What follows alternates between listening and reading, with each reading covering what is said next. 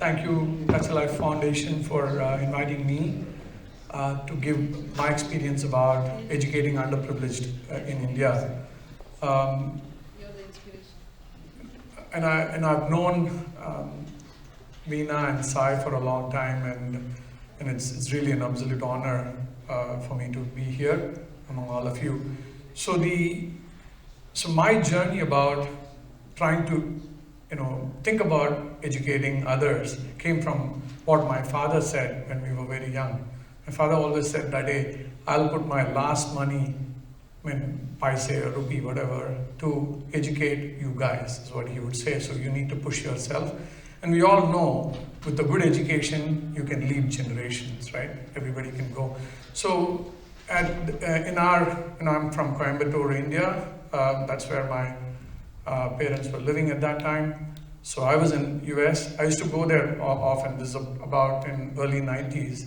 There's an orphanage right next to our home. It's called Families for Children. And there's about 490 odd children in that orphanage. And those kids were fed very, very well because, back then money was going from here. They were given good shelter and good, clothes to wear and all that stuff, but they were going to government school. So in my random visits, I'll find that these kids are not learning, right? They don't have the tools to learn. They just go to school and they come back and they were not learning. So first thing I said was, hey, why don't we establish some kind of a library for them? So we established a library. A lot of people donated books. We just gave to them. Even then I realized their ability to learn or even read and comprehend was not there. So what happened was, in an event like this, there's an organization called Pratham. I'm going to talk about all four of them in a moment. So I was invited for a dinner at a Pratham event, and they were recognizing Dr. Balaji Sampath, who was the founder of Pratham Tamil Nadu. And he was there. He's got his PhD from Maryland, but decided to dedicate his life and go and give back to the underprivileged in India. So he was, after finishing his talk, we were sitting right next to each other, and I told him, hey, this is a problem. And he said, you know what, give me 15, 20 minutes after the event, I'll give you a solution, right? And that was my first awareness of what Pratham was. I'm talking about, over time, right? First, Families for Children. So then I went and told him, he said, hey, there are, 495 kids, about 200 of them are school going, and, every year, I realized that nobody's passing 10th grade. They'll go up to 10th grade in the orphanage and they'll fail. And so then he explained to me the problem, that exists in India, all over India, but specifically in Tamil Nadu also, where children are just bumped up in their classes. Unlike when we were growing up in India, when you didn't do your grades well, they'll fail you and they'll make you sit down one class, so then you learn more. But in this particular case, they were not doing it, and they realized that they'll come up to 10th grade and afterwards you take a board exam and you fail. So Pratham, had a methodology is first you learn to read, right? Then you read to learn. So many kids don't even know that, right? They don't know how to read and therefore they're not learning. So Pratham's methodology is every child in school learning well. Today it's the largest education-related non-profit in India. They touch about 5 to 7 million kids every year, and cumulatively they've touched since the last over 25 years. They've touched lots and lots of kids in various areas. But their primary thing is to focus on the four. Basically they have four broader areas in terms of addressing the children's need. But the first thing is the primary education.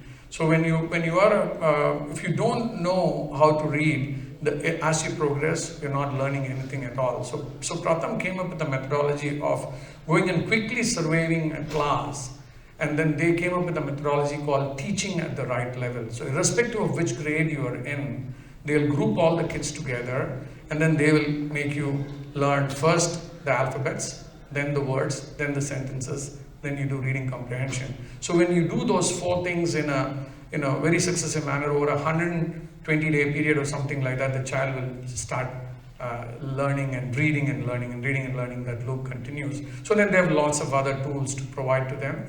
And so this Balaji came and said, AGK, you give me some resources, I'll make sure that you will get wonderful result in this orphanage. And I said, are you kidding, Balaji? I've been watching them for so many years. I've done all these things. He says, no, try this. So they implemented Pratham methodology. I met them around the holiday time frame, December, January time frame. As we all know, the board exams happen in April.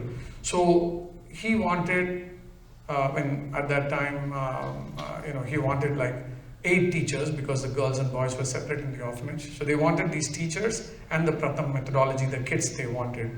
And sure enough, 13 kids appeared for the exam and 12 of them passed on the first one. And one of them failed in one subject and that person retook again. And 3 of them have become engineers from that group, right? And this is a very, very quick shot in the arm. And I was, amazed that, hey, and then I became a big believer in Pratham. At that time, I just didn't even donate. I just tested them, said, I will fund the orphanage.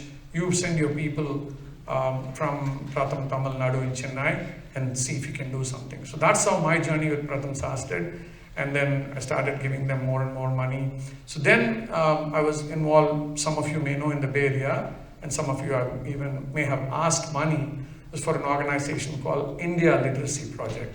This is a bunch of volunteers in the valley. It's completely volunteer-run organization. They raise money and they try to intervene again, similar to Pratham, but they have their own methodology to again, go to deeper, places like Orissa or even in the Adivasi regions and all that stuff. They'll go and educate those kids.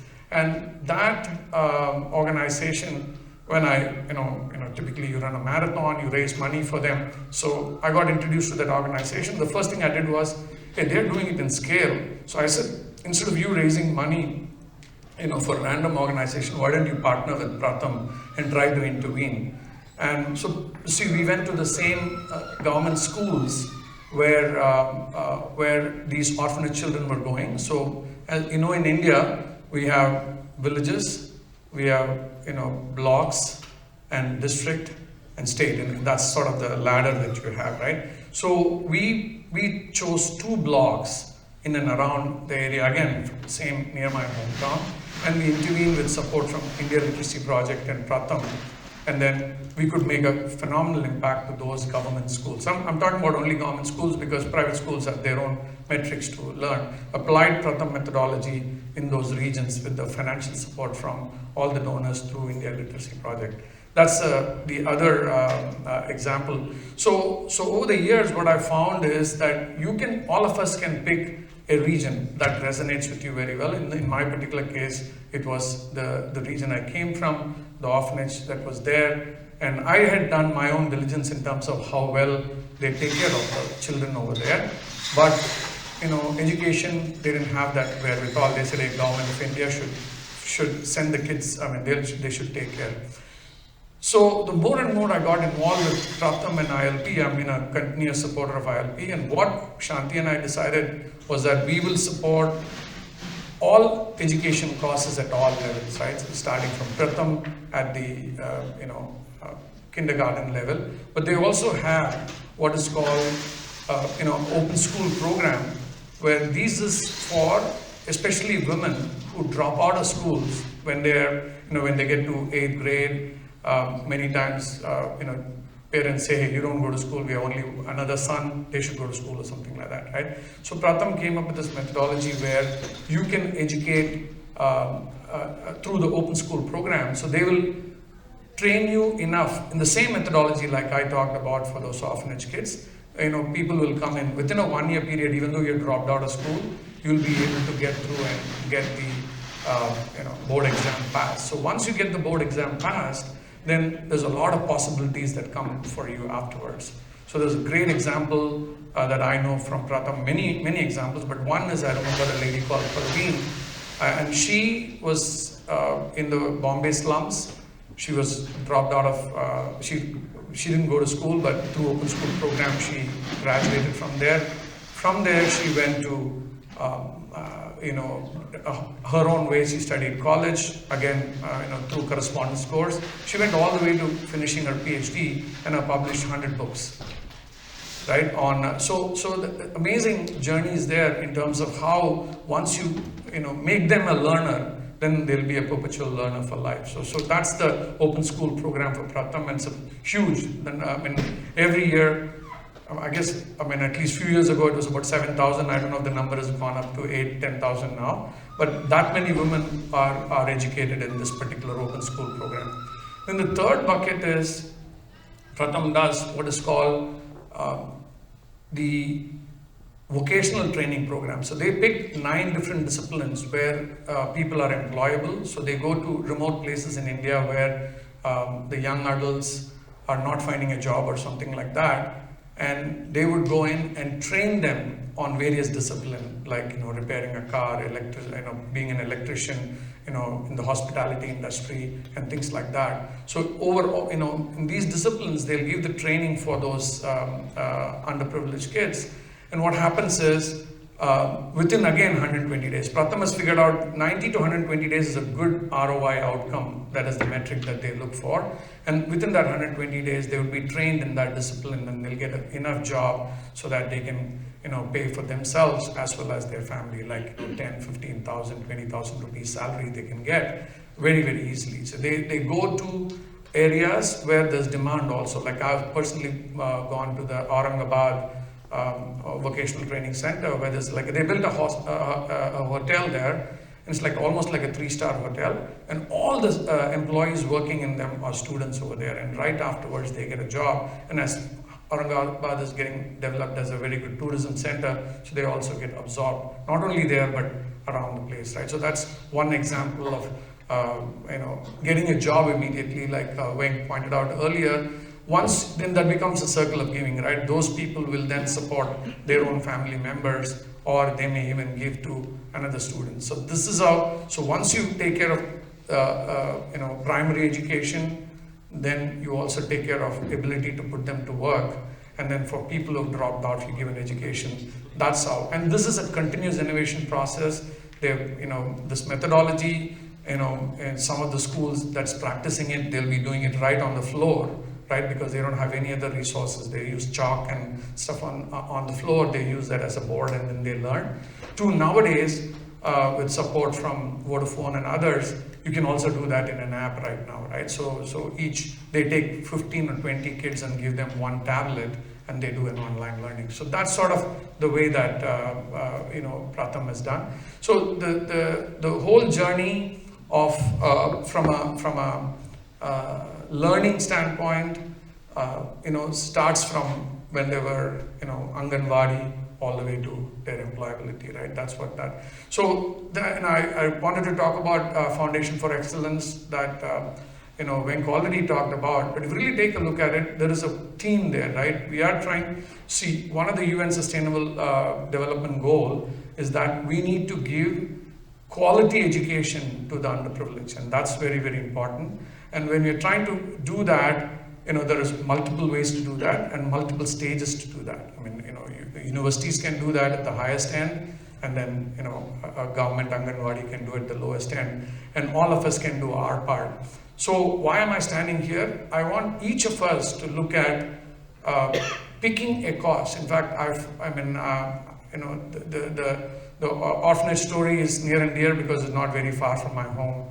I went and checked out, and that really got me into this journey of supporting these underprivileged, and then trying to leverage the network that we are all in. So when you get good outcomes and you see it for real, you will continue with the organization for years to come. So Venk talked about how long he has been associated with FFE. Similarly, some of us are associated with Pratham and this orphanage I'm talking about for a very, very long time. So all of us should look at giving, and when it comes to giving, I say 3 ways you can give. Not giving is not an option, right? One is you can give your time. Another one is you can give money, because sometimes you don't have time, at least give money. Sometimes you should give time and money, and that's the best way to do that. If you can do that, then you're very, very engaged. And that way, now one can wonder, hey, how can I give time? And those organizations can, receive your time in multiple different ways, right? A simple visit, all of us go to India, If you go to a region where an NGO is doing something in education or a cause that's near and dear to you, one of the speakers talked about agri-tech. If you're trying to find an entrepreneur who's interested in agri-tech, or a farmer who's trying to use newer technologies, spending that little time and giving them a shot in the arm will go a long way. So consider that. You don't need to spend 24/7 type of time. Even a small time will go a long way for the recipients, whether it's underprivileged who are supporting, where you could be a mentor to them, all the way to an entrepreneur who's creating wealth and supporting a much larger community in that area. So that's what it is. And the other way to give is that a lot of you I see here have a lot of experiential wisdom. So serve on the nonprofit boards. I see many of them also who have served on the board, and that helps a lot also, right? Because you are now bringing your network and your connection into solving that particular problem. With that, I really want to thank Touch Allies Foundation for me to talk a little bit about what I've learned about educating underprivileged, especially through Pratham, ILP, FFE, and FFC. So thank you very, very much.